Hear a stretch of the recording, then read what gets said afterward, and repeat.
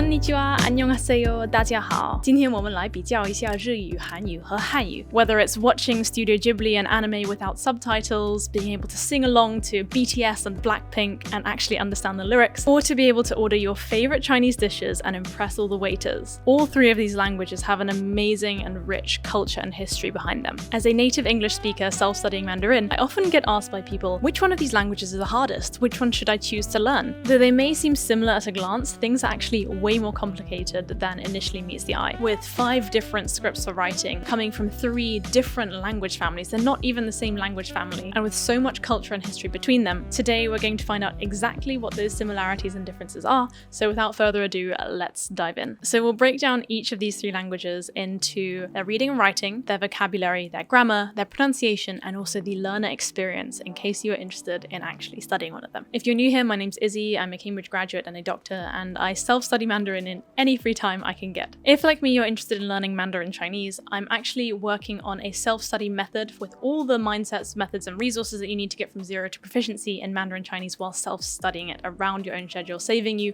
all the time and confusion that I went through over thousands of hours of self-studying Mandarin. So if you're interested in hearing more and getting early access to this, then click the link down below. I've also started a newsletter, so you know where to find it if you're interested in hearing updates and more tips. While there are loads of similarities between the 3 languages, they're actually from 3 distinct language families. Chinese is from the Sino-Tibetan family, Korean is from the Koreanic family, and Japanese is from the Japonic family. Essentially, all 3 of these languages initially evolved separately. The similarities that we often see between them are from extensive transmission and cross-pollination in the area, because obviously they are neighbours after all, and sharing is caring, especially the transmission of Chinese writings such as the Analects of Confucius to Korea or to Japan. Many writings from Japanese, Chinese, and Korean philosophers don't go translated, or their meanings are lost in translation, so the only way that you can truly connect with them is by learning the language. You may have heard of Confucius and his work, but have you heard of Mozi, who was another Chinese philosopher? He founded the whole school of Moism, or Mojia, which is the school of Mo.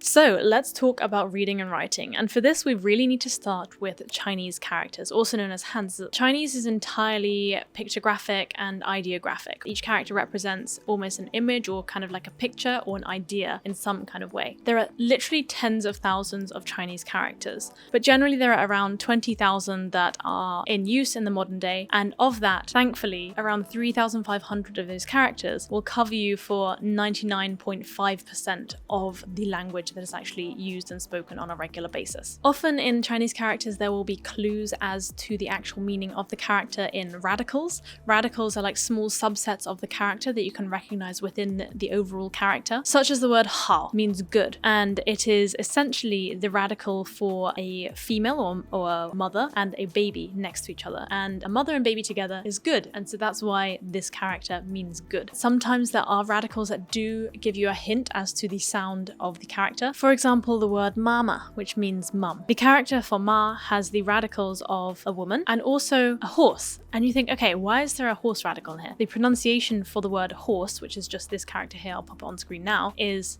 ma. By combining this idea of a woman and the sound of the word horse, ma, then you get ma and you get mama. There's often ways that you can kind of figure out, okay, what does this character actually mean? But because it's not a clear phonetic script, you have to learn every single character for every single word to be able to truly understand and write Chinese. There are 2 main forms, which are simplified and traditional characters. Chinese writing has evolved so much over the years. From its very origins as a very, very pictographic script until the 20th century, where it underwent a large reform where a simplified version was introduced to help boost literacy rates. Simplified characters are often used in mainland China and places like Singapore, etc., while traditional characters are more typically used in Hong Kong, Taiwan. There have been several forms of romanization for Chinese characters that have been developed over the years, and the most popular one, and the best one really, is pinyin. This helps you to learn pronunciation and also type the characters, but people don't really use it for communication because the same pinyin can have so many different meanings that you really need the character to know, okay, which one of these are we talking about? For example, the word 公鸡, this actually has two potential meanings. It could mean rooster or it could mean attack. Fortunately, the characters are different, so if you were reading it, you would be able to tell which one they meant. And in spoken language, the context would hopefully give you a clue as to whether they meant rooster or attack. Chinese characters have significantly influenced the Korean and Japanese writing systems. Let's start with Japanese. The Japanese language didn't actually have a writing system until around 400 AD, when some Chinese Buddhist texts started to come over into Japan, and then they started to integrate the writing system into their own language. The original script is kanji, which is very, very similar to Chinese characters. You can even hear the name Hanzi, which means Chinese characters in Chinese, and kanji.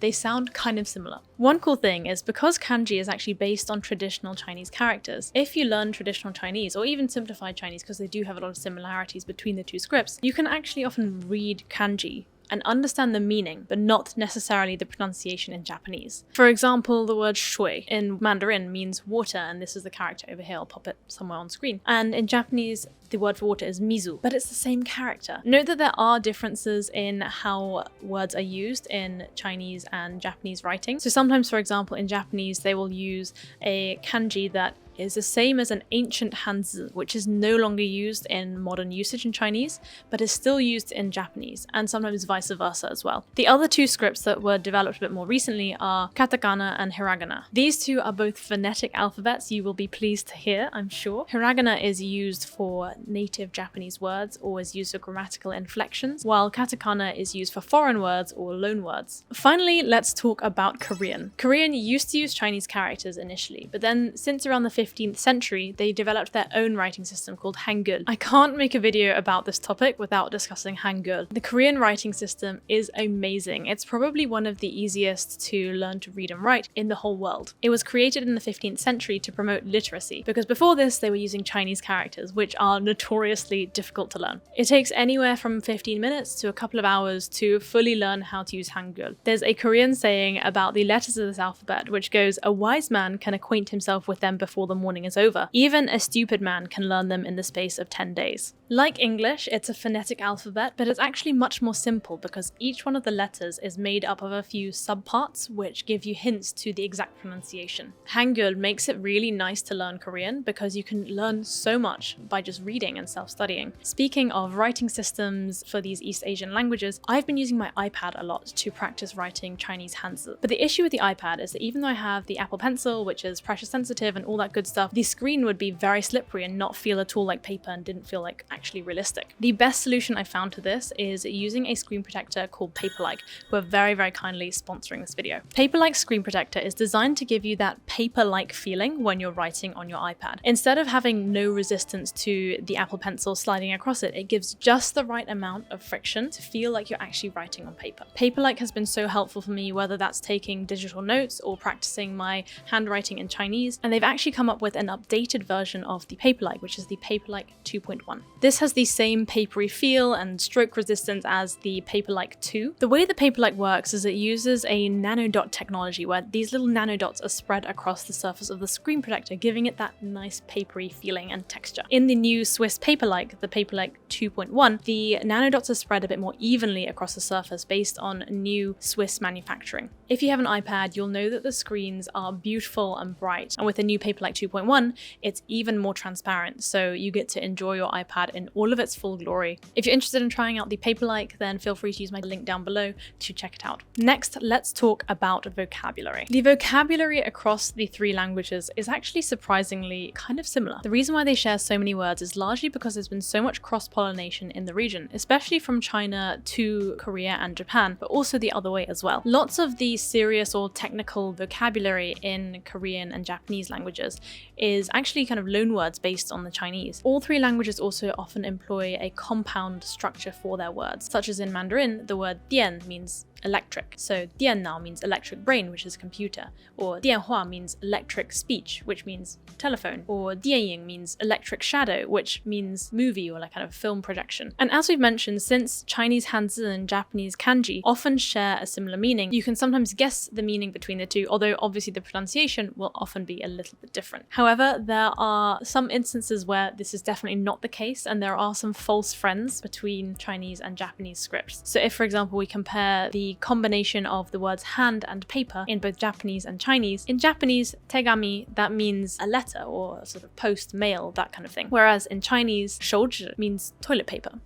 Quite a different kind of paper. Around 1/5 of everyday Japanese words and around half of Korean words is actually very similar to Chinese. If your mother tongue, like me, is English, then actually all three of these languages will probably have a similar kind of difficulty in terms of their vocabulary, because there is a reasonable amount of overlap. And additionally, all of them have vocab that sounds very different from English. So it's not like there's going to be one that's already quite similar to English. Unlike, for example, some of the Romance languages like Spanish or French or German, where there's a lot of overlap with English. For these three East Asian languages, there's very little overlap with English. Next, let's talk about grammar. Broadly, the easiest grammar out of these three languages for people whose mother tongue is English is Chinese grammar. Sentence structure in Chinese is broadly very similar to that in English, with subject, verb, object as the classic combination. Also in Chinese, there's no crazy genders or declensions or conjugations or tenses and billions of tables of grammar rules that you need to learn. It's broadly very, very simple. There's literally one particle that you add on to try to describe the tense, and it doesn't change depending on who's doing it. Now let's talk about Japanese and Korean. Their grammar is so similar that if you've learned one, you've kind of learned the basics of the other. For native English speakers, sentence structure can be a bit confusing because often it goes subject, object, verb, and additionally they're both agglutinative languages, which means that the designator suffixes can sometimes take a little bit of getting used to. Both Korean and Japanese heavily use honorifics. In Japanese, there are different suffixes that are used to denote the kind of hierarchy of the person you're talking to in relation to you. The grammar for Japanese and Korean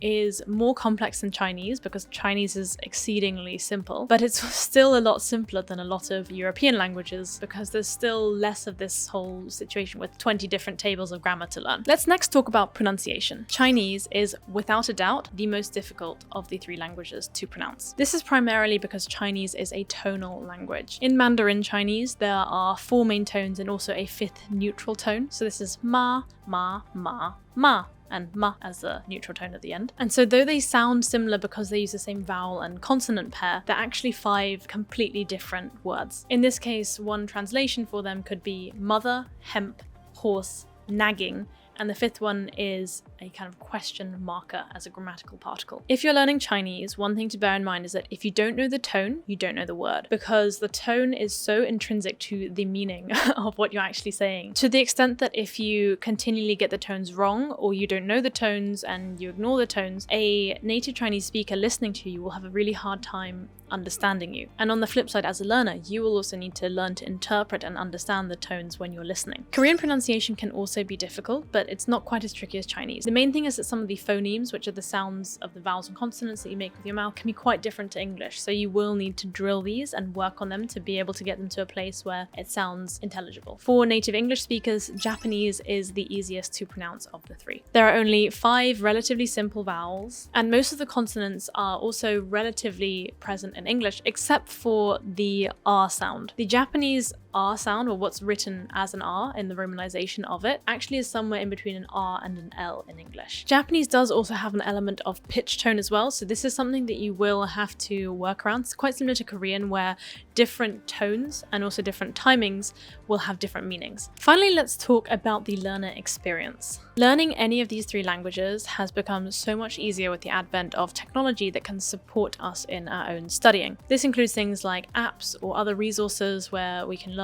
using courses or textbooks, podcasts, so much content out there as well on Netflix and more in all of these 3 languages. It's even possible to self-study these languages. I certainly did that with Mandarin. Again, if you're interested in self-studying Mandarin, then you might be interested to check out the resources that I will have linked down below for that. To wrap up, each of these languages has their difficult points and also their easier points. I'll be talking about this in terms of a native English speaker, because actually the difficulty of a language is not determined by the language itself. It's not really an inherent thing. It's more which language you're coming from and how different it is from your mother tongue or the languages that you are familiar with. For Japanese, the harder points are that there are 3 scripts, so you'll have to learn kanji, katakana, and hiragana to be able to read and write it fluently. There is a complex system of honorifics. That is a very complicated area. And finally, the agglutinative grammar structure can be quite tricky for an English speaker to learn. The easier points for Japanese are that its pronunciation is broadly pretty easy for English speakers to learn. For Korean, the harder points again are that it's an agglutinative language, so its grammar is a bit tricky. The phonemes can be very different to English. The easy point for Korean is that their writing system is extremely logical. It's beautiful and simple and so rational that you can learn it in a couple of hours and then be off to the races reading and writing in Korean. Finally, for Mandarin Chinese, the hardest points for this is the pronunciation. It's a tonal language. The tones are essential to the meaning. And additionally, the writing system is very complex and deep with thousands of characters that you will need to learn if you want to master reading and writing this language. The easier points is that the grammar is so beautifully simple compared to other languages, especially European languages or even Japanese and Korean. There are so many great learning resources available online, especially for Mandarin, given that it's such a huge language with over 1 billion native speakers. So while we've talked through all of the points for each of these languages in terms of their reading and writing, their grammar, their vocabulary, their pronunciation, the learning resources out there, and while all 3 of these East Asian languages with all their amazing culture are an FSI category 4 language, which is the most difficult category for a native English speaker to learn, the single biggest obstacle that you and I will face in our journey to learn one of these languages is actually motivation and perseverance. This means that whether or not it's slightly harder in terms of the grammar or in terms of the writing, this isn't actually what I would focus on. And what I would recommend is you choose a language that you truly love and are excited to learn. Something where you think, okay, I would love to be able to understand this or travel here or watch this film or order this food in the native language. That's what will fundamentally keep you committed and motivated to your goal, and that's what will get you to your goal of proficiency in your language. This means that it is crucial to learn a language that you love, because then you will love to learn it. Have a listen to each of the languages, look at the scripts for them, soak up a little bit of their culture and some of their TV shows or their music, or think about what your motivation is to learn this language, and hopefully one of them will resonate with you more. So choose that one to learn. If you're interested in learning more about how to develop and maintain unwavering motivation to learn whatever language you're learning, then you might find this video over here helpful. Let me know down in the comments below if you have any further thoughts on this video or which language that you love the most, which one excites you to learn it. Thank you so much for watching. As always, take care of yourself and I will see you in the next video. Bye!